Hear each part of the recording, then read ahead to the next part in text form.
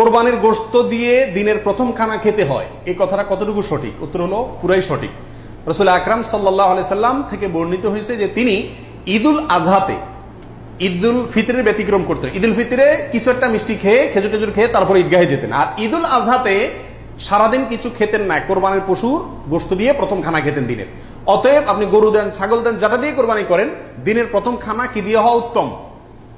ওই গোশত দিয়ে হওয়া উচিত। গোশতটা তো আল্লাহকে দিয়ে দিয়েছেন, আল্লাহর নামে জবাই করছেন, আল্লাহ আপনাকে হাদিয়া দিয়েছেন, এই জন্য আল্লাহ কোরবানির গোশত দিয়ে দিনের প্রথম খানা খেতে হয়, এই কথাটা কতটুকু সঠিক? উত্তর হলো পুরাই সঠিক।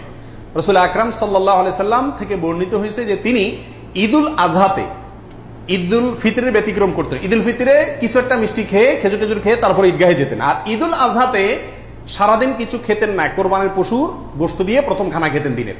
অতএব আপনি গরু দেন, ছাগল দেন, যেটা দিয়ে কোরবানি করেন, দিনের প্রথম খানা কি দিয়ে হওয়া উত্তম?